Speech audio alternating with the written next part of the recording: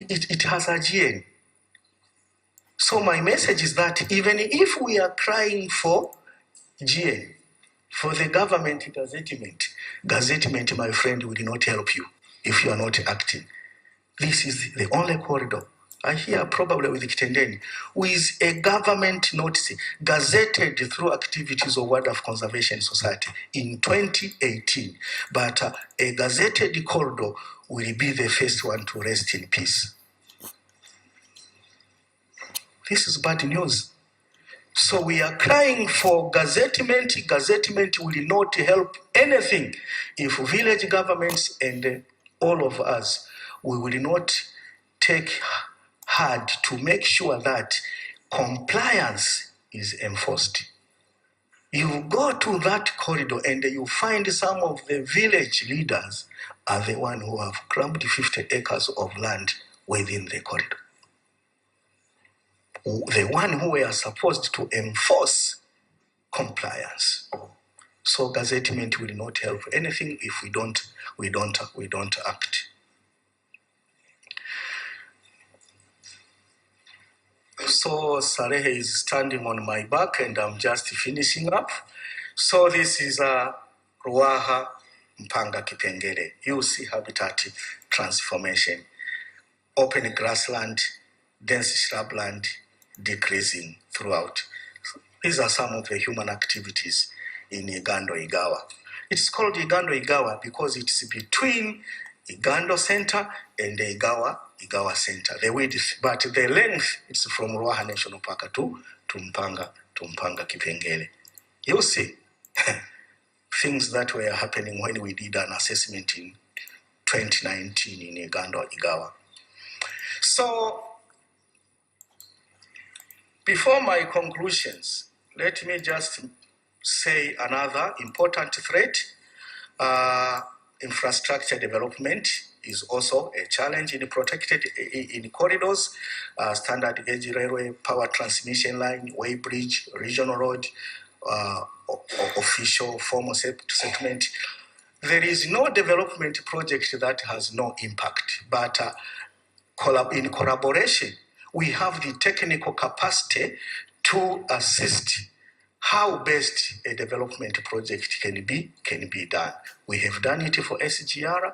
I can share some slides later so that we make some underpasses, some bridges and culverts for animal to pass. We did it with Yapi Maizeki, ERS consultant and Tawiri. So it's possible. We have nothing to worry.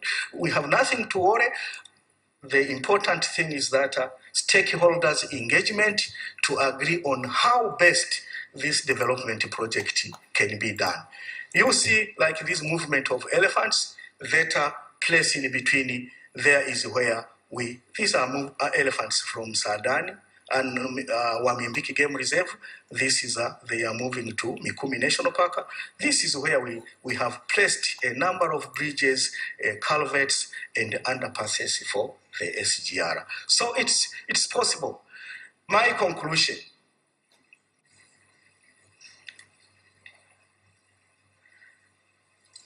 Wildlife corridors are at a crossroad.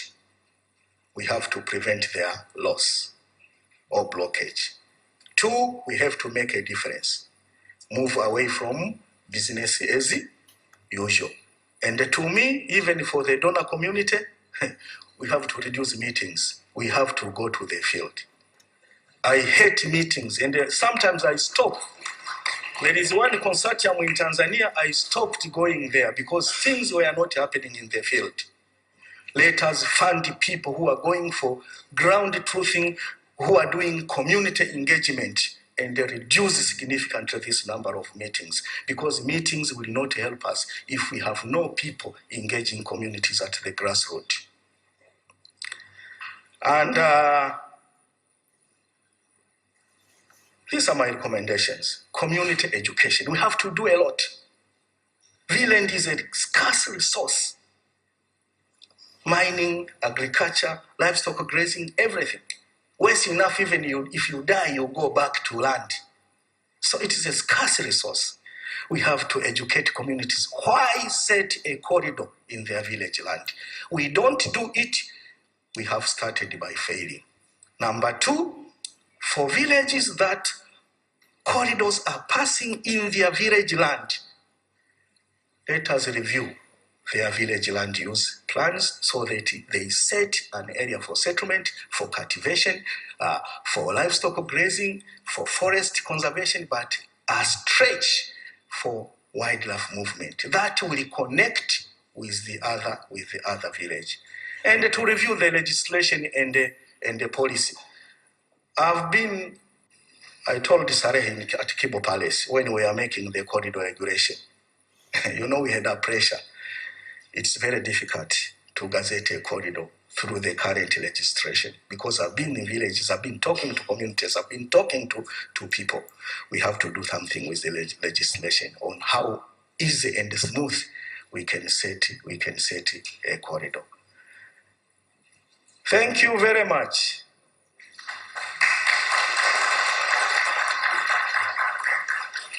So I've taken some time, with me when it comes to corridors, usually I have to customize my sliders, otherwise I can stay for a whole day. Sorry, Samanini sir. Don't go very far. When you press a play button for Dr. Koi, you can hardly find the stop or even the pause. He doesn't stop talking. Said, I've been walking in all corridors, not working, but walking. He has walked all those corridors, and he can see them go. That's why he's like that. And just a moment, we'll have about 3 minutes. Slide. I hope the RTI person can come and get them on this machine. Just a 3 minute one. It's sent to the RTI email. So just before the next, can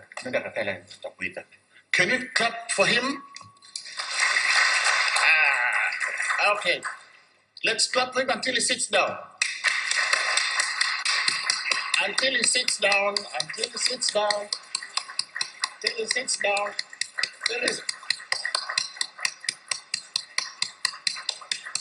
Okay, thank you so very much. Madam Guest of Honor,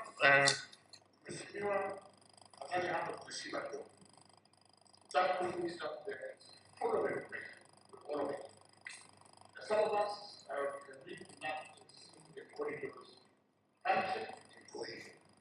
To give an example, I was in Canada in 1961. At the time, traveling with a Sentika, train from Arusha to Moshi. And gazelles and zebras were running parallel with the train. It was a corridor. Yesterday I was listening to one of the land problems in Kia. The Maasais who have been there forever have been living in that corridor. It's totally gone. You cannot I only see pictures at the Kilimanjaro International Airport, but it's gone. And here we are, I think all of us are a bit wild. We're just thinking of wildlife corridors. Remember, I'm not coming to a committee yet. There are others who are talking about the agricultural development corridors. SAGOT. Go to the agricultural policy. They identify more than half of the country which is good for agriculture. Go to the livestock policy. They also appreciate there's more than half of this country which is good for livestock. If you go to wildlifers, we are already there, even more. When you go to infrastructure, which the doctor has touched, there's a lot. There's standard gauge railway, there's the Bomba La Mafuta from Uganda, I don't know where. There are all those corridor sort of things that should be mapped together so that we have less conflict. There is no way that we can avoid the conflicts because when we got independence, we were about 8-9 million. Today we are 60, and the land does not grow. So we have to manage our challenges.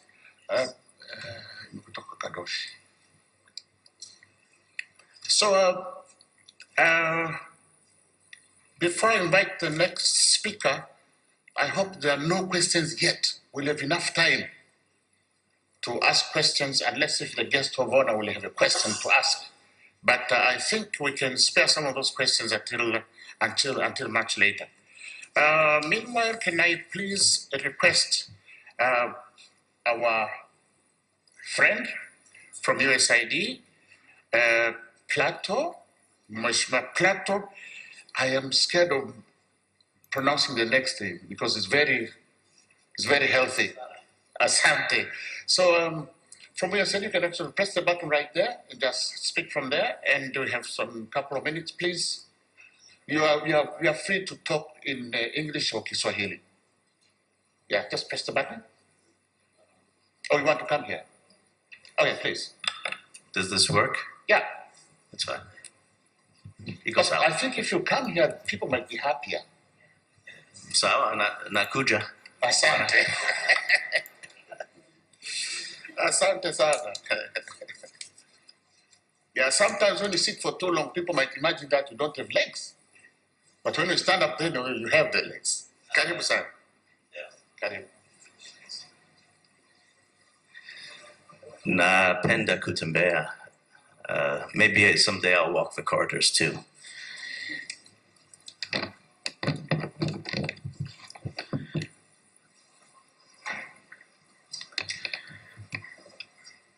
Honorable Angela Kairuki, Minister of Natural Resources and Tourism. Honorable Deputy Minister Dunstan. Dr. Msofe, Director of Wildlife. Honored guests, ladies and gentlemen, all protocols observed. Habari za asubuhi. It's an honor to be here at the inaugural National Wildlife Corridor Forum in Dar es Salaam. I bring you warm greetings from U.S. Ambassador Michael Battle and USAID Tanzania Mission Director Craig Hart. Today marks an important step towards Tanzania's wildlife conservation journey. We come together to exchange insights on securing, protecting, and sustaining the movement of wildlife in this most beautiful country. Honorable Minister, through USAID, the United States remains committed to supporting conservation in Tanzania. We understand the challenges posed by unsustainable land use, and that such practices not only restrict wildlife movement, but also increase human-wildlife conflicts, conflicts that erode our shared conservation and development goals. Wildlife corridors can play a vital role in maintaining healthy wildlife populations by preventing unsustainable land use and reducing the risk of human-wildlife conflicts. We were proud to have provided support to the Ministry of Natural Resources and Tourism in the development of the Tanzania Wildlife Corridors Assessment, Prioritization and Action Plan, which serves as an important guide and offers data on corridor locations, challenges, and conservation strategies. And we are honored to support tomorrow's launch of the National Policy Implementation Strategy. This strategy will build on the action plan and is a blueprint for action and a guide for stakeholders, such as us, to protect habitats, preserve wildlife populations, and secure livelihoods through vital ecosystem services. Through USAID, Tuhifadhi Maliasili the Tuhifadhi Maliasili project, and we will work together to preserve 7 key wildlife corridors. And it's a testament to the power of partnership, our partnership, everybody in this room. The involvement of your ministry and other Tanzanian government entities, including the National Land Use Planning Commission, the Prime Minister's Office of Regional and Local Government, and the Tanzania Wildlife Research Institute, has been invaluable. Our experience has shown that participatory land use planning and strong enforcement are key to protecting these vital wildlife pathways. USAID's recent assistance in enhancing the land use information system will help mitigate much of the human-wildlife conflict we witness today. By promoting human-wildlife coexistence and sustainable livelihoods within these corridors, we've seen both economic improvement and a reduction in pressures on wildlife movement. By including diverse groups, from private sector entities and civil society organizations to women and youth, into these initiatives, we have embraced a sustainable, inclusive approach to wildlife corridor conservation. Honorable Minister, our collective efforts are more than just conservation measures. They represent the building blocks of a larger legacy, a legacy that promises a prosperous future for Tanzania, where the sustainable coexistence of people and wildlife serves as a foundation for progress. For example, through our work, we have benefited the Maasai livestock keepers in the Kwakuchinja Wildlife Corridor to erect predator-proof bomas.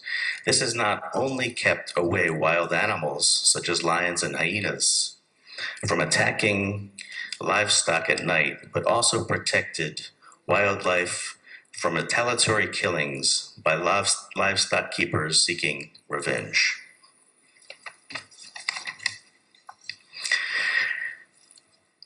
Kauli mbiu ya mkutano wetu ni kuongoa shoroba kwa uhifadhi endelevu. USAID Tanzania is dedicated to this vision, and together through focused collaboration, we are poised to achieve a future in which conservation and development aren't just parallel paths, but part of the same journey. Asanteni sana kwa kunisikiliza na wakatia mkutano mwema. Thank you very much.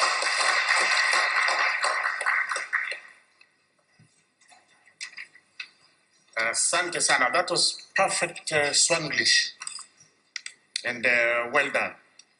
I think having heard from our friend from USAID is a clear representation of our development partners who work together. We have USAID, you have UNDP, you have GIZ, we have, I think you have got that meeting of yours for the coordination on how to support Tanzania. So pass our regards to the whole team in appreciation. Okay, then it's now time to request Madam Musofe, Director of Wildlife, to come and have some few words, not too many. And not only that, but also you can also reintroduce our chair lady, and thereafter protocols to invite the guests of honor. Karibu, madam. Tupige makofi. Thank you so much, facilitator. Guest of honor, Honorable Angela Kairuki, Member of Parliament, Minister for Natural Resources and Tourism. Honorable Dastan Kitandula, Member of Parliament, Deputy Minister for Natural Resources and Tourism. Representative from the United States government through the USAID, Plato, who is the Director of Economic Growth. Representative from the President's Office, Regional Administrative and Local Government Authority. Representative from the Vice President's Office,